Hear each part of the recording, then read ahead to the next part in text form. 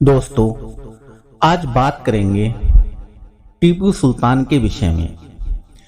मैसूर के वोडेयार वंश के राजा कृष्ण राजा वोडेयार सेकंड ने अनपढ़ हैदर अली को अपने दरबार में नौकरी पर रख लिया और फिर एक दिन हैदर अली ने उसी राजा को सत्ता से बेदखल कर पूरे वोडेयार वंश को खत्म कर ने सिर्फ मैसूर की सत्ता पर अधिकार कर लिया, बल्कि मैसूर के हिंदू प्रजा पर भी भयानक अत्याचार किया और उन्हें जबरन धर्म बदलने के लिए विवश किया। उसी हैदर अली का बेटा था टीपू सुल्तान, जो उसकी मौत के बाद गद्दी पर बैठा था। वह अपने बाप से भी ज्यादा क्रूर, धर्मांध और हिंसक था। टीपू भी अपने पूर्ववर्ती धर्मांध, हिंसक, जिहादी, बर्बर मुस्लिम सुल्तानों की ही तरह था और किसी भी तरह औरंगजेब, काशिम, गोरी, गजनवी जैसे शैतानों से कम नहीं था। दक्षिण के इतिहासकारों ने उसे दक्षिण भारत का औरंगजेब की संज्ञा दी है। टीपू सुल्तान कम शैतान ज्यादा था, यह सोच का विषय नहीं है। दर्जनों देसी विदेशी किताब उसके शैतानी कुकृत्यों से भरे पड़े हैं। हम इस वीडियो में उन किताबों के कुछ उदाहरण रख रहे हैं, पर विडंबना देखिए, जब टीपू की सच्चाई अंग्रेज इतिहासकार बताते हैं तो वामपंथी इतिहासकार कहते हैं ब्रिटिश टीपू सुल्तान के विरोधी थे, इसलिए ऐसा लिखे हैं। और जब टीपू के दरबारी मुस्लिम इतिहासकार टीपू की क्रूरता, नृशंसता और जिहादी कुकृत्यों का भूरी भूरी प्रशंसा कर वर्णन करता है, तो धूर्त वामपंथी इतिहासकार यह कहकर झूठ फैलाते हैं कि उन लोगों ने बढ़ा चढ़ाकर लिख दिया होगा।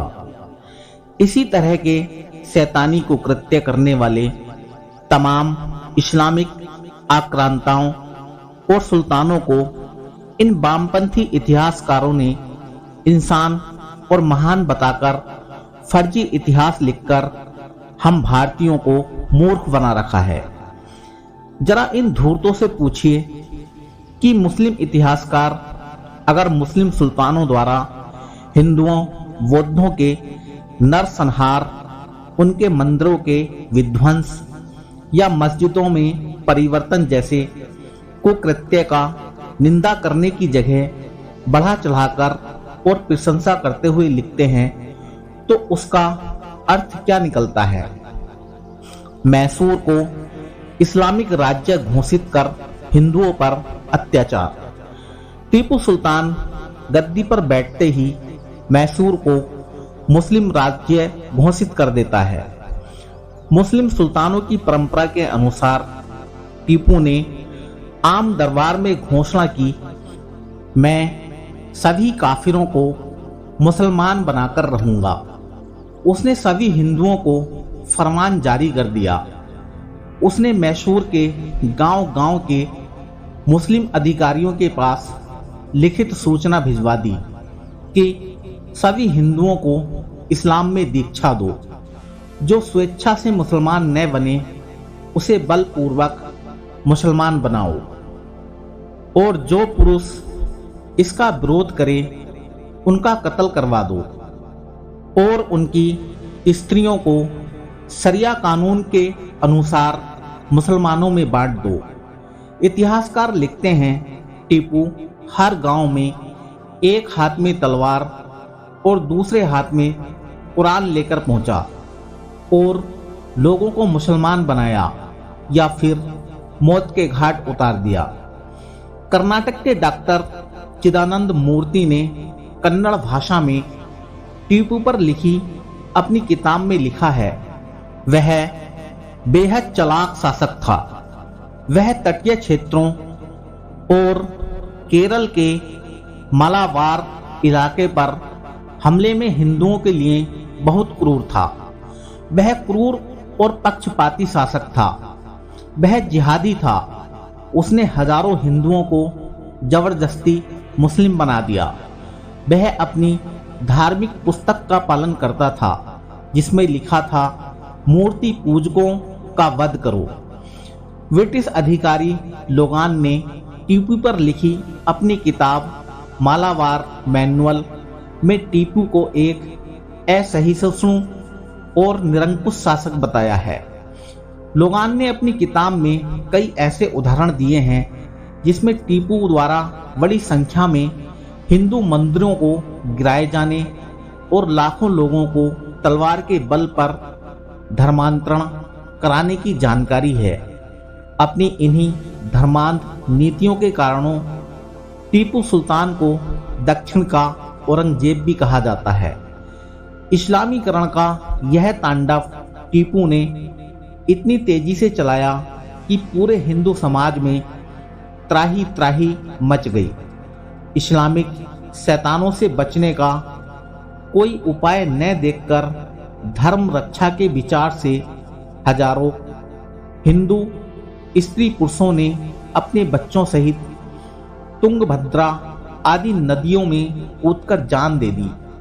हजारों ने अग्नि में प्रवेश कर अपनी जान दे दी।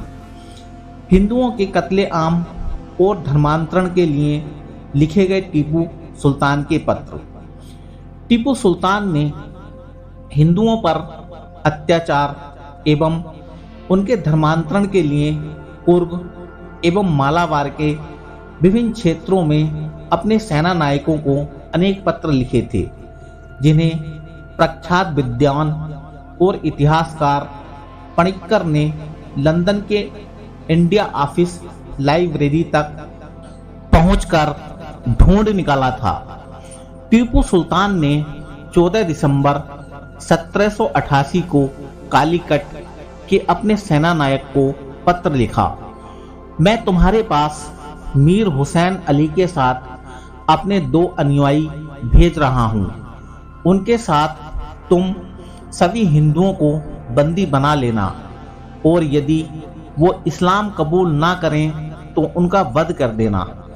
मेरा आदेश है कि 20 वर्ष से कम उम्र वालों को कारागृह में रख लेना और शेष में से 5000 को पेड़ पर लटकाकर वध कर देना। दिनांक 22 मार्च 1788 टीपू सुल्तान ने अब्दुल कादिर को पत्र लिखा। 12,000 से अधिक हिंदुओं को इस्लाम में धर्मांतरित किया गया। इनमें अनेक नंबूदिरी थे। इस उपलब्धि का हिंदुओं के बीच व्यापक प्रचार किया जाए ताकि स्थानीय हिंदुओं में भय व्याप्त हो और उन्हें इस्लाम में धर्मांतरित किया जाए। किसी भी नंबूदिरी को छोड़ा न जाए। टीपू सुल्तान का अपने सेना नायक को पत्र। जिले के प्रत्येक हिंदू का इस्लाम में धर्मांतरण किया जाना चाहिए, अन्यथा उनका वध करना सर्वोत्तम है। उन्हें उनके छिपने के स्थान में खोजा जाना चाहिए। उनका इस्लाम में संपूर्ण धर्मांतरण के लिए सभी मार्ग व युक्तियां, सत्य असत्य, कपट और बल सभी का प्रयोग किया जाना चाहिए। द मैसूर गजेटियर बताता है कि टीपू ने दक्षिण भारत में 800 से अधिक मंदिर नष्ट किए थे। केपी पद्मनाभ मेनन द्वारा लिखित हिस्ट्री ऑफ कोचीन और श्रीधरन मेनन द्वारा लिखित हिस्ट्री ऑफ केरल उन नष्ट किए गए मंदिरों में से कुछ के वर्णन करते हैं। अगस्त 1786 में टीपू की फौज ने प्रसिद्ध पेरुमनम मंदिर की मूर्तियों का ध्वंस किया और त्रिचूर तथा करवन्नूर नदी के मध्य के सभी मंदिरों का ध्वंस कर दिया। इरिनेजा कालाकुड़ा और थिरुवांचीकुलम के भव्य मंदिरों को भी टीपू की सेना द्वारा नष्ट किया गया। Archaeological survey of India Tipu Sultan द्वारा 3 प्रमुख मंदिरों के विध्वंस का विवरण देता है। ये है हरिहरेश्वर मंदिर, जिसे मस्जिद में परिवर्तित कर दिया गया, श्री रंगपट्टनम के बारास्वामी मंदिर और होसपेट के ओडाकार्य मंदिर। टीपू सुल्तान के दरबार में 17 नवयुवक ब्राह्मण लिपिक थे, जिनमें से 14 के दाहिने हाथ के अंगूठे और तर्जनी उंगली कटी हुई थी। जो 17वां युवक था वह बाएं हत्था था, तो उसकी बाएं हाथ का अंगूठा और बाएं हाथ की तर्जनी काटी गई थी। किसी भी छोटी लिपिक त्रुटि पर यह दंड दिया जाता था, मुख्यतः ब्राह्मणों को। टीपू द्वारा ब्राह्मणों को एक पतले से स्थान पर घंटों खड़ा करके प्रताड़ित किया जाता था। यदि ब्राह्मण दंड किसी तरह झेल जाता तब उसे चाबुक से पीटा जाता था।